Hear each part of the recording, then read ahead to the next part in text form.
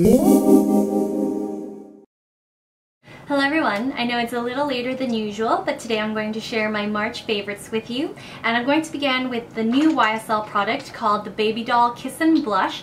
And these are some amazing soft matte stains. So I love this formula because it's very gentle and comfortable considering it's a matte finish. But I do think that the color number 5 stains a lot more than the two paler colors. And that's generally how it works with this type of formula. But I do think that this vibrant poppy color number 5 is definitely one that you should try if you love reds. And now I'm going to move on to number 8, which is a relatively neutral pink. I was afraid that this one might look too warm on me or oxidize a lot, but I actually love it, and I do recommend this as an everyday matte color.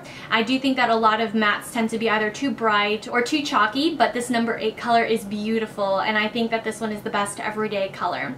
Now, I fell head over heels for number 12 because it's one of those mocha shades that's super flattering and not aging. So I do find that a lot of browns tend to make me look a little bit older, so I don't wear them quite as much, but this one has a nude tone, but it's just a little bit deeper in color so that it doesn't wash out the complexion, and it's great as a sculpting blush. So it's very subtle obviously, but I like to take a little bit and tap it along the tops of the cheekbones and down the side here for a little sculpted effect, and I think it looks supremely natural, especially because there's no shine, there's no orange tone, and there's no red tone to it. So I highly recommend all 3 of these colors, but I do think that 12 is the most unique out of the 3 that I have. Now for a quick skincare update. Ever since I showed the SK2 Whitening Source Clear Lotion in my empties video and my SK2 Facial Treatment Essence in my haul, I've been receiving so many questions about my skincare. So I changed things up quite a bit. I use a lot of different brands and I'm constantly trying new product, so I haven't been able to sit down and film an updated skincare routine for you. So I hope that I will be able to film one in the next couple months. But for now, I can definitely say that the SK2 Whitening Source Clear Lotion has been very effective for me. Ever since switching from the Facial Treatment Clear Lotion, which is better for acne-prone skin, I do think that I have seen results in the whitening of my acne scars, or at least lightening. So they're not completely gone yet. They will still take some time because they are quite deep in the skin, but I do think that for those of you who have hyperpigmentation issues or any kind of scarring, the Whitening Source Clear Lotion is definitely worth trying. It's a lot different than my Facial Treatment Clear Lotion because the Clear Lotion looks like the essence, which essentially looks like water, but the Whitening Source Clear Lotion feels more like a gel. And so I just pump it onto a cotton pad about twice, and then I go ahead and take the cotton pad and gently wipe my face down with it after I wash my face. And I do think that this absorbs really well. It makes my skin feel ultra soft and it relieves any dry patches. So I think this is a great toner for those of you with normal to dry skin. Now I will say that the Facial Treatment Essence is a great primer of sorts for serum. So this goes after my toner and before serum. And those are the steps that I've been using morning and night. So I take about a teaspoon of this in my palm, and then I push my palms together and pat my face down with it, then massage it into my jawline area. And this has helped boost my skin's hydration so much. So I really don't see dry patches unless they're around my nose anymore. And I do think that the essence does really work for me. My serums have been absorbing more quickly and my skin just feels a lot more dense and plush and bouncy. So I do highly recommend trying these products if you think they are right for you. Now, in my last video, the tutorial for this makeup, I showed my Facial Treatment Essence Eye, and I've been using this for about a month, but it's a relatively new product, and I have to say that this is also one of the best eye creams that I've been using. I, in the winter, use the 3Lab WW, which is in a little pot. And I love that eye cream because it's great for relieving really, really dry eyes. But this one is light enough for everyday use. It doesn't cause milia, and most importantly, because I'm getting older, I've been seeing a lot more dark circles around here. So this has helped immensely to reflect light and reduce the appearance of my dark circles. So I do highly recommend this as well if you are interested in looking for an eye cream. I especially love that it comes with a pump since it's a lot more hygienic and a lot easier to travel with. Now for the eye Iconic Over Curl. So I used to love the Iconic when it first launched, and my first 2 tubes were great.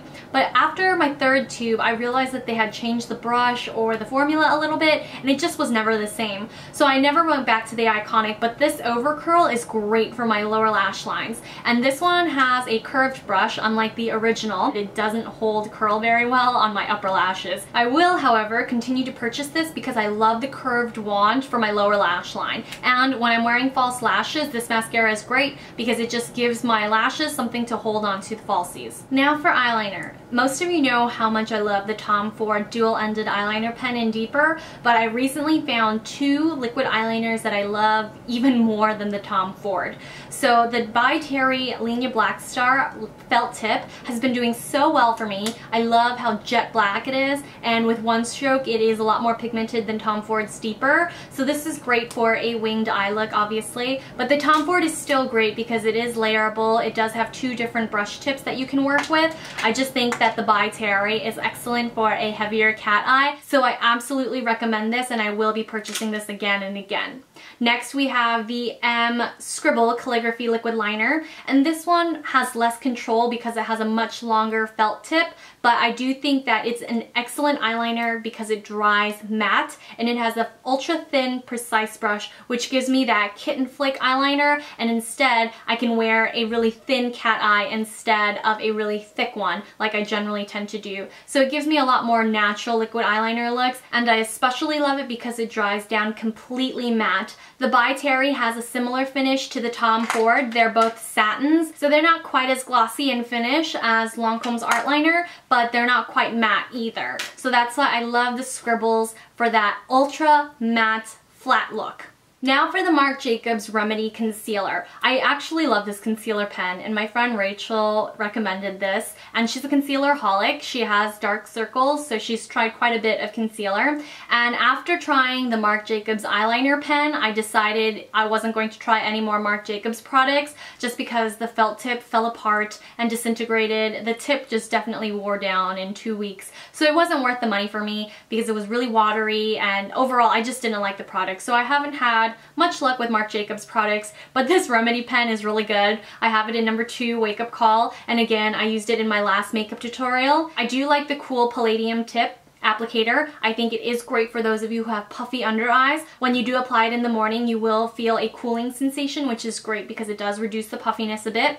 I do recommend pumping the concealer out. Just click twice, and then it's more than enough for one eye. So don't click the pen when you have the applicator underneath your eye because it will just drip down your face. You want to click twice and then apply it with the applicator. So overall, I think it's a very lightweight sheer coverage concealer, but it is great for the under eyes because it's not heavy coverage, and the best part is it doesn't sit in my fine lines too much. Very, very little, so I do recommend this as well. Now for Giorgio Armani's Luminous Silk. So in the past, I avoided Luminous Silk because it was a little too luminous for me. When I had combination skin, it just made me look really greasy by the 6th hour. Now that there's a new bottle and some new shades, I went back and purchased 4 and 5.75, and I use 1 pump of each for my face to create the perfect shade.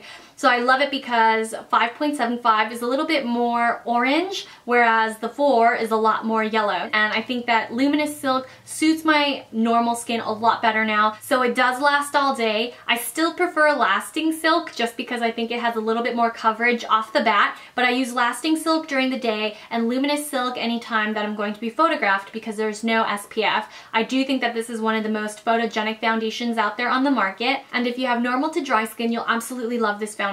Now, if you have combination skin, you may want to stick to Lasting Silk, but if you do like a very glowy luminous finish, then try the Luminous Silk first. I did get the Giorgio Armani CC creams in, and they are brand new, but I still haven't gotten around to trying them yet. So once I get the chance to use them and test them, I will go ahead and film an Armani foundations overview. So if you have any questions that you have regarding Armani foundations that you've been waiting to ask me, that video will be perfect timing to discuss everything that we want to share about Armani foundations.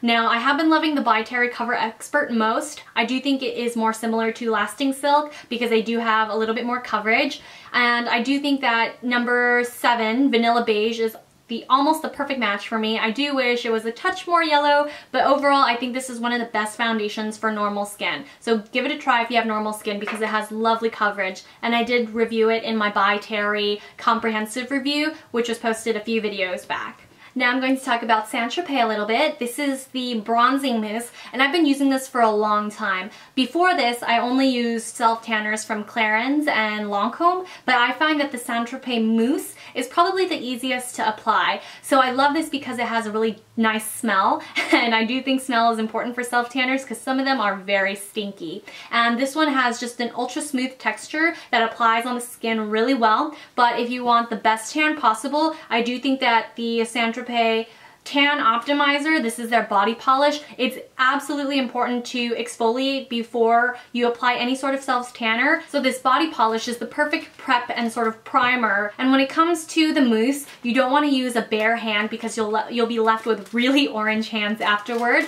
I've been using the Saint Tropez Tan Applicator Mitt since it was launched. This is a brand new one. I have an old one that has stained a little bit, so I'm not going to show that one to you. So if you want the most natural tan possible, definitely stick to Saint Tropez. I have tried other products recently, but nothing just compares, and I always go back to the mousse just because it's so creamy and is really easy on the skin. Now last but not least, for some brushes, I'm going to give you a quick update on Hakuhodo and my Wayne Goss brushes. So all of these are Japanese made, and I do have to say that as much as I love my Hakuhodo brushes, my favorite of them all is still the S103, and I use this with my Tom Ford bronzer all the time. It's one of my favorite brushes, and I'm definitely going to be purchasing a backup of this brush because I use it that often. So I highly recommend it. It's a goat hair. It's not ultra soft like the way some of the baby goat hairs or the blue squirrel or the gray squirrel brushes are, but I do think that it's an ultra luxurious brush, and I highly recommend this for bronzer or powder application.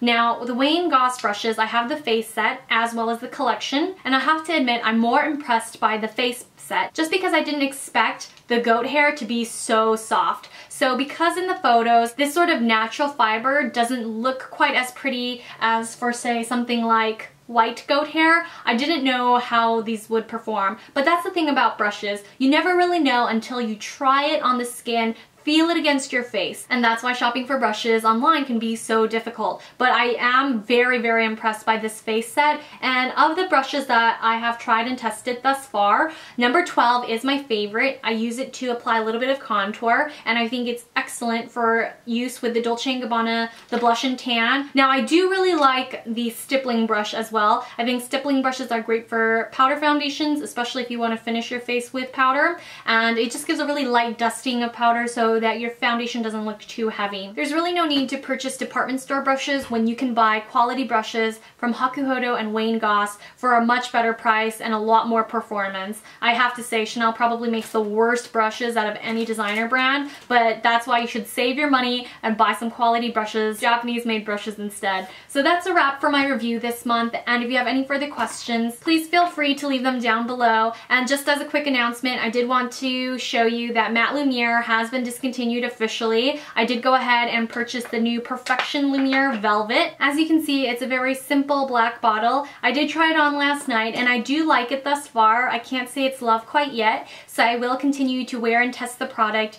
and I will update you later this month. So thanks so much for tuning in, everyone, and I'll see you all very soon. Bye!